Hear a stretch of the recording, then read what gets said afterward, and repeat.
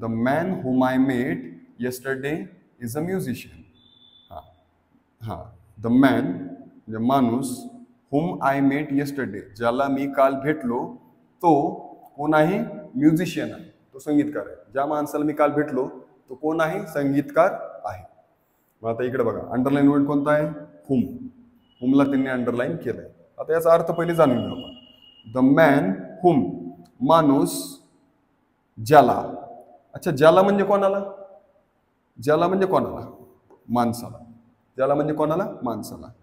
मग आता ह्या माणसाविषयी हा शब्द आलाय. ज्याला म्हणजे कोणाला? माणसाला. मी काल भेटलो तो म्युझिशियन आहे.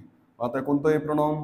दिसायला इंटेरोगेटिव्ह प्रोनाउन दिसते, पण इंटेरोगेटिव्ह प्रोनाउन असं असतं का? हा, इंटेरोगेटिव्ह प्रोनाउन WH पासून नक्कीच सुरू होतं. पण कुठं येतं ते?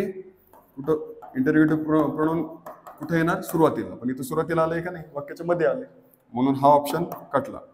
त्यानंतर डेमॉन्स्ट्रेटिव्ह प्रोनाउन. डेमॉन्स्ट्रेटिव्ह प्रोनाउन येईल का? नाही येणार. कशामुळे? डेमॉन्स्ट्रेटिव्ह प्रोनाउन मध्ये कोणते येतात? धिस, दॅट, दीज, दोज, म्हणून हा पण ऑप्शन कटला. पॉझिटिव्ह येईल का? पॉझिटिव्ह मध्ये कोणतं येतं?